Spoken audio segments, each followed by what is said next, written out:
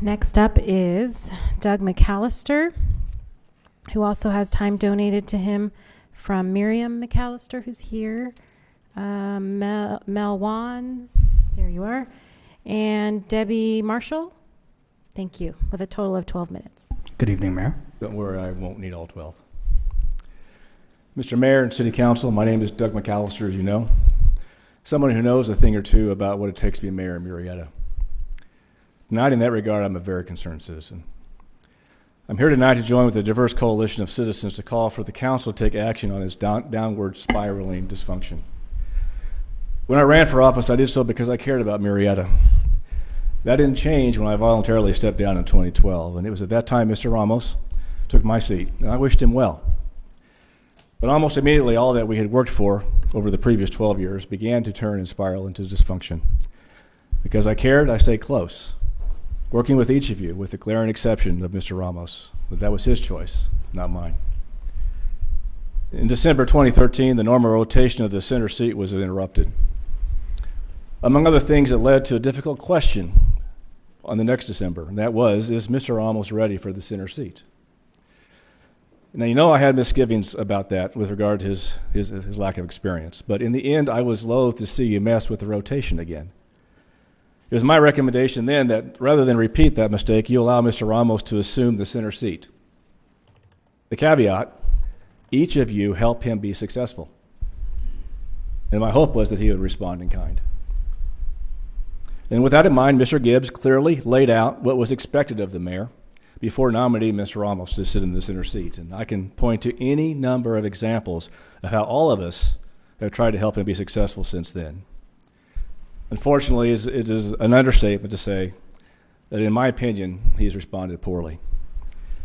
As a direct result, the dysfunction that began in 2013 is now spiraling out of control, and that concerns those of us who are here. Case in point. Mr. Ramos, from the day you won election to take the seat I was vacating until May 7th of this year, I've done nothing but try to help you. And when I was made aware of complaints about you, whether by colleague or constituent, my counsel remained constant, and that was help him be successful. On May 7th, you crossed the line with me. That's something that many in this room can confirm is a very, very hard thing to do. On that day, I received an email reply from you answering a question I had posed to you a month earlier. That question was honest and it was respectful. Your critics claim your walk didn't match your talk, and I just needed your side of the story because I genuinely had hoped to defend you. Astoundingly, your reply back to me was an inane and irrational attack on me, simply because I asked a question. And it got worse from there. After your email confirmed that indeed your vote justified the charges of hypocrisy I was hearing, you then suggested your colleagues contradicted your vote because they are corrupt. After cooling down for a few days, I responded. I objected to your attack on me as a constituent, and I took issue with your attack on your colleagues. And I asked for a response, but that was a month ago. To this date, still nothing, and I'm done waiting. At this point, Mr. Ramos has been shown much grace, but the lack of consequences for his actions seems to have only emboldened him. It's time to take a stand, and it's time for consequences. I'm aware of several serious allegations that speak to Mr. Ramos's conduct as mayor, and here's only a sampling, none of which I would mention if it were not for the fact that I have complete trust in my sources. Allegation number one is, with respect to how Mr. Ramos responds when he is questioned, I may not be the only one who has received such abuse. Among others, there is at least one that I know of that the response to him was so off the charts that the police had to be notified. That needs to be investigated. The allegation number two is that Mr. Ramos was overheard making racist and derogatory comments about commission applicants after they left their interviews, some of whom may be in this room right now. We need to know if that's true or not. This needs to be investigated. Allegation number three suggests that Mr. Ramos has been inappropriately engaging with members of city staff that do not work for him. It's said that when he's not obeyed, he allegedly threatens their jobs. And further, he reportedly grills staff to gain from them evidence to use against their boss, Mr. Dudley. And it's reported that employees have even seen him rifling through their colleagues' desks when they're absent. Is this true? We don't know. It needs to be investigated. Allegation number 4 is in a role where Mr. Ramos can't buy toilet paper without 2 more votes. He instead insists that because he's the mayor, he can engage in any way he wants. For example, we absolutely know that he undermines you by going around you to your regional boards. I also understand that he undermines your subcommittee assignments, telling those with whom you're appointed to interact to ignore you and interact with him instead. And the reason why? Because he's the mayor. Finally, the stories of him running each of you down in public, charging you with corruption and more, are too numerous to ignore. They all get back to me. Some would write this off as mere politics, but we expect a higher standard from the mayor. In a context where collaboration creates and dysfunction destroys, if this conduct is true by the mayor, it would go far beyond the pale of politics. The question is, how far has he gone? This must be investigated. Allegation number 5, that there's appearance of quid pro quo and influence peddling by Mr. Ramos, based on his apparent overtures to invest in companies that just happen to need approvals to do business in and with the city of Murrieta. If this is true, it portends to conflict and personal enrichment. This needs to be investigated. Allegation number 6, there's an ongoing question as to why he reports no income on his 700 form. When I was in office, my employer's central office was in Thousand Oaks. My office was in Hemet, and yet I had to report my income from that job. Why is Mr. Ramos any different? Something being hidden? We don't know. Some say yes. We don't know. This must be investigated. And finally, this last allegation breaks my heart more than any of the others. And I'm phrasing this as delicately as I can. I honestly and sincerely hope it's not true. But there are apparently multiple complaints of unwanted and inappropriate advances by Mr. Ramos. In at least one case, it's alleged that a member of the business community that needs her relationship with the city to continue, for her business to continue to exist, voiced her complaints about his advances. If this is true, this will be more than a domestic issue. A public records request for her email objection has been filed, and this must be investigated. Now, Council, I'm not airing the specifics of these examples because I know that in many, if not all cases, you already know them. In fact, you have had enough personal knowledge to take action long before I stood up tonight. Which begs the question, why do I have to be here? And why do citizens have to make public records requests to get to the truth? I sincerely hope the reason is that your lack of action is because of the Brown Act. Because of the Brown Act, you are prohibited to act as a majority to deal with things like this. But after tonight, any lack of action going forward would only suggest that a majority of you would rather look the other way at the expense of those of us being damaged, and that would make you complicit. We're here to ask that the council launch a confidential, third-party, independent investigation into these allegations and more. Given all I've laid out and all that you know, this request is entirely reasonable and fair. This is Murrieta, the city that has the potential to be the future of Southern California. And I'll not stand by and watch while someone with a title destroys the bright future our citizens deserve. And nor should you. We elected you, but you appoint the mayor. Let an investigation vindicate your colleague or not. But by launching it, at the very least, you'll hold your appointee, current and future, accountable to a higher bar, just like we are. Thank you, sir. I would like to use point of personal privilege. I guess I should be grateful that I wasn't accused of murder. I just want to state that every one of those allegations is 110% not true. And I would not object to a third party that ever want to investigate me. I would fully comply. Scott Vinton, followed by Don Lambert.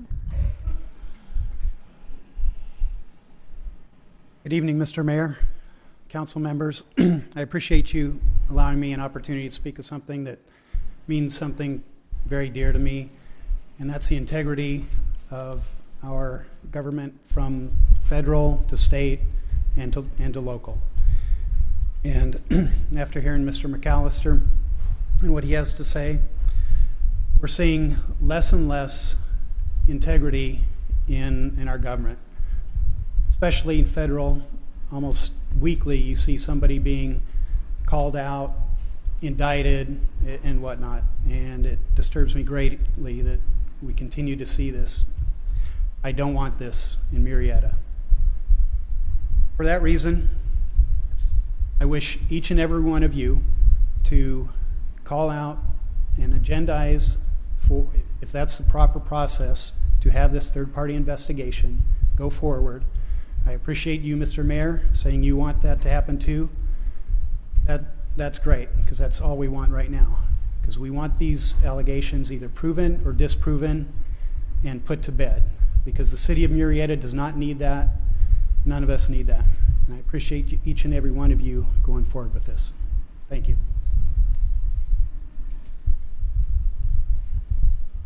Thank you, sir. Edward Fonce, followed by Barbara Nugent.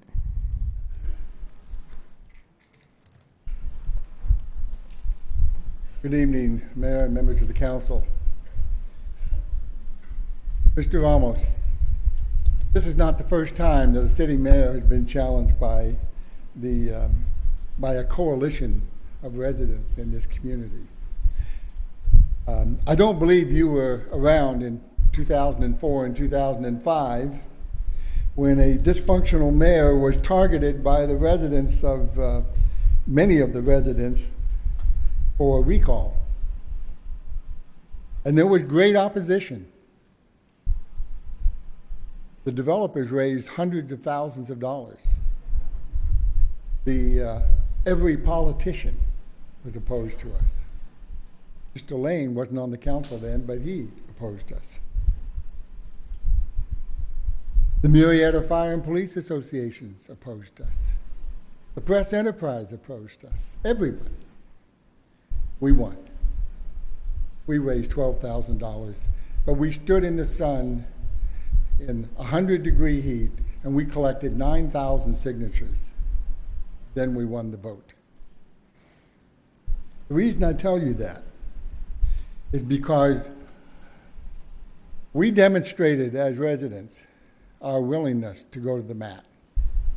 We're not willing to allow this current situation to reach that level. Members of the council, you've heard the charges. They're very broad in scope.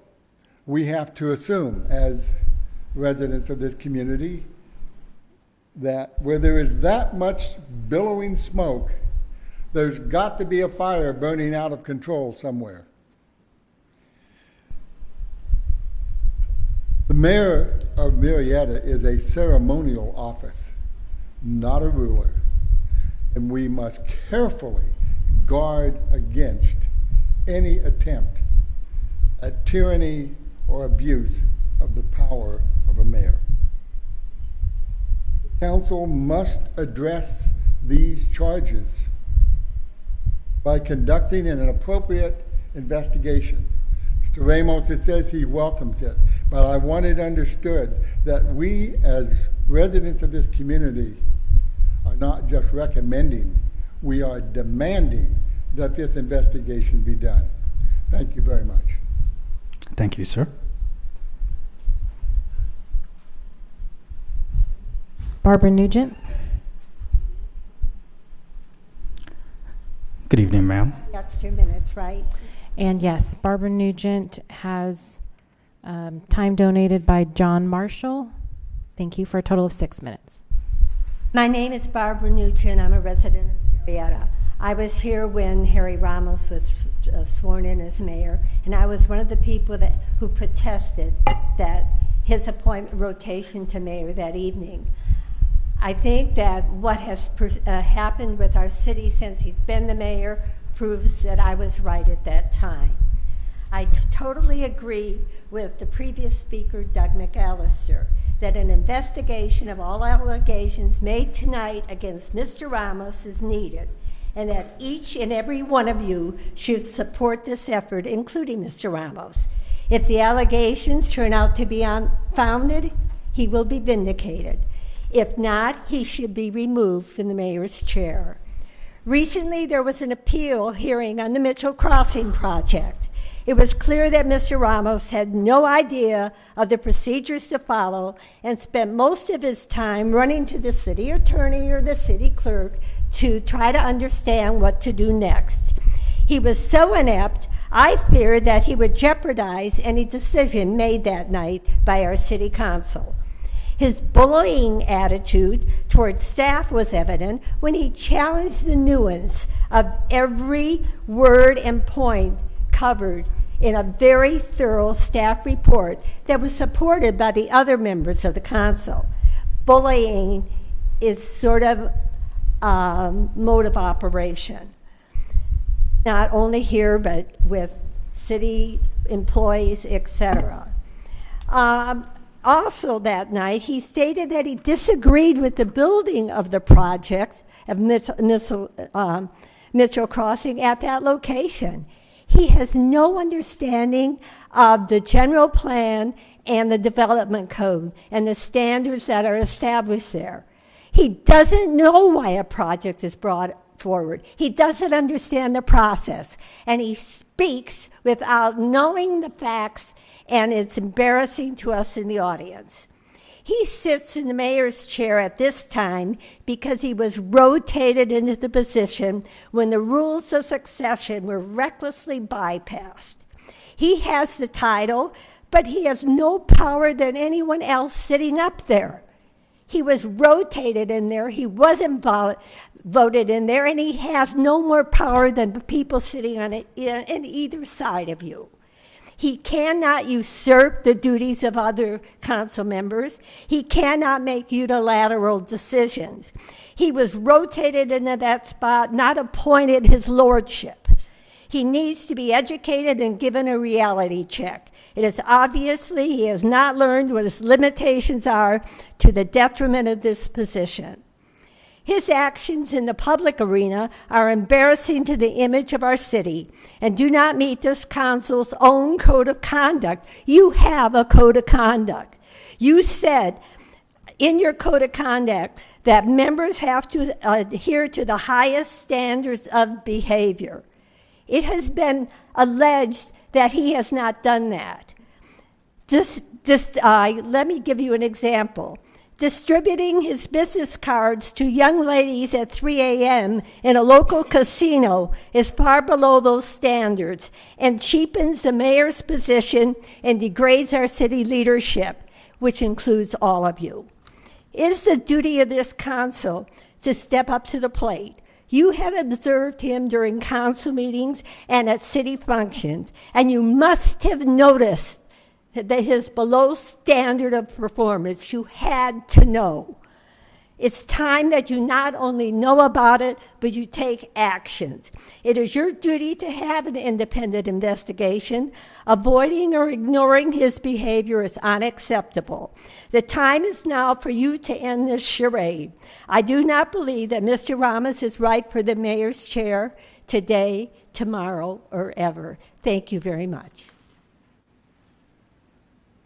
Thank you, ma'am. Thomas Butler, followed by Faye Wands.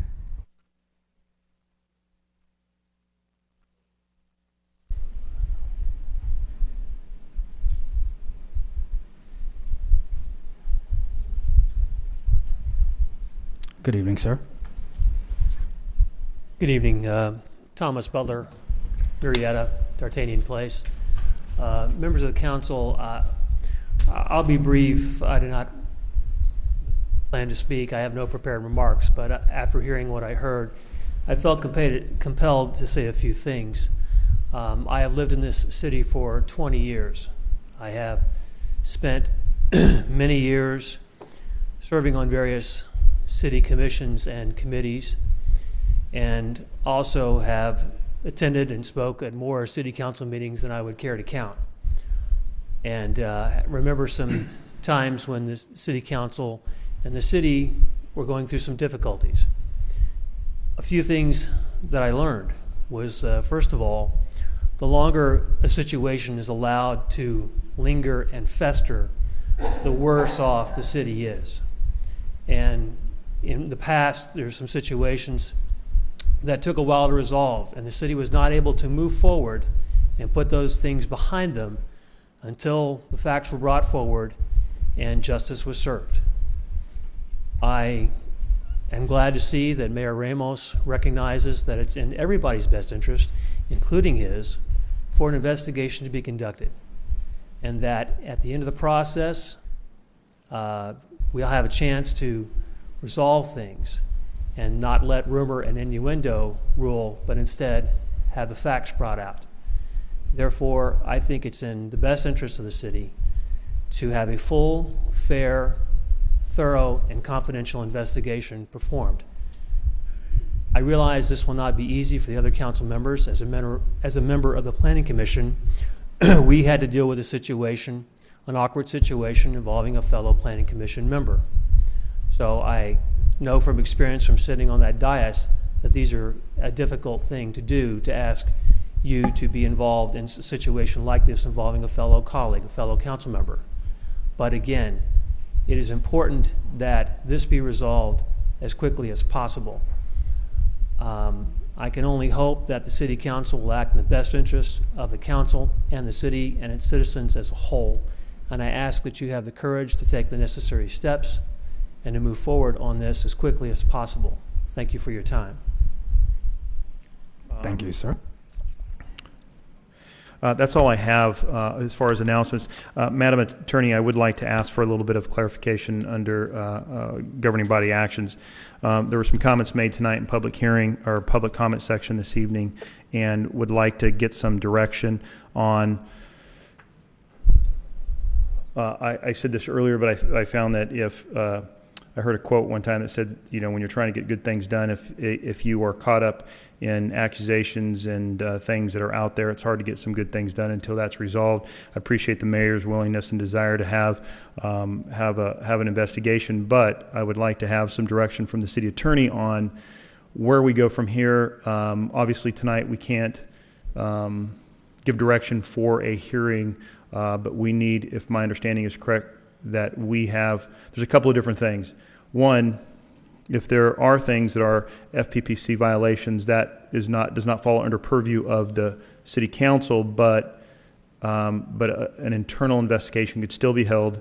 If that were the case, that would need to come back to the city council to have a discussion on that and have documents or things provided, and then the council at that time would make a decision on whether or not they felt an investigation was warranted. Am I somewhere along the lines? Yes, and consistent with the memo that I put out back in August 14th relative to options for enforcement on code of conduct, et cetera, one of the options there is a council member may request that an item be placed on a future agenda. And what that would be is the future agenda discussion of whether or not there would be an investigation, and what that would look like and how it might go forward and the options for that. Not to get into the truth or not of the matter, but whether or not there should be investigation. Under that area in my memo, it states that these matters need not be specifically listed on the agenda, but formal action on the substance of the matter will be deferred to a future council meeting, and the council can agree to move forward with that. Okay, so at this point, if the council so wishes and the mayor has indicated his willingness or desire to have that to address or vindicate those accusations, then at this point it would basically be a consensus of the council to bring that forward to a future agenda to have that discussion. To have the discussion just on will there be an investigation? What would that investigation look like? Not a number of accusers or defenses, or just should there be an investigation sort of thing? Would there be documentation or things that we would have the opportunity to look at to weigh in whether or not we thought an investigation was warranted? Or is it simply just we've heard what the speakers had to say tonight without really any proof, or is that just kind of where we make our decisions from that point? You make your decision from that point. Okay. I would strongly recommend that it not be a trial at that point, that it really is just given what we know, given what we've heard, given the allegations, because they're only allegations. Mm-hmm. And it's very important that is stressed, that whether or not we should look into that. I think if there's anything beyond that, then that's another consideration, because you need to That be would very- fall into the investigators to Yes. basically take a look at that and then make a recommendation past that point. Yes, and I will assist in providing options for what an investigation could look like. I'll do some research on that and give you some options there. All right, then what I'm looking for is a consensus to have this brought back to the council based on the comments that were made this evening, to at least have that discussion publicly on whether or not we move forward with a investigation. As soon as possible. However it fits in best to the council agenda schedule. Can it be a special meeting to speed up the process? Point of clarification, the motion is to bring back agenda item to discuss whether we will have an investigation? There's Yes. no motion, there's a consensus. The consensus Yeah, was but asked not a for. motion, but correct, whether there would be an investigation. Mr. Long is asking if it could be a It could be- special meeting. It can be any meeting, special, regular. I'd like to get it moving as fast as we can. To get it, So it sounds like we have a consensus if we can look at possible dates to have this, to address this sooner than later. Yes, and I would need some time to put together, and I won't need much time. I mean, just to put together options on your ability to have somebody outside the organization, my opinion about utilizing, or my recommendation on utilizing people inside the organization, things of that nature. Okay.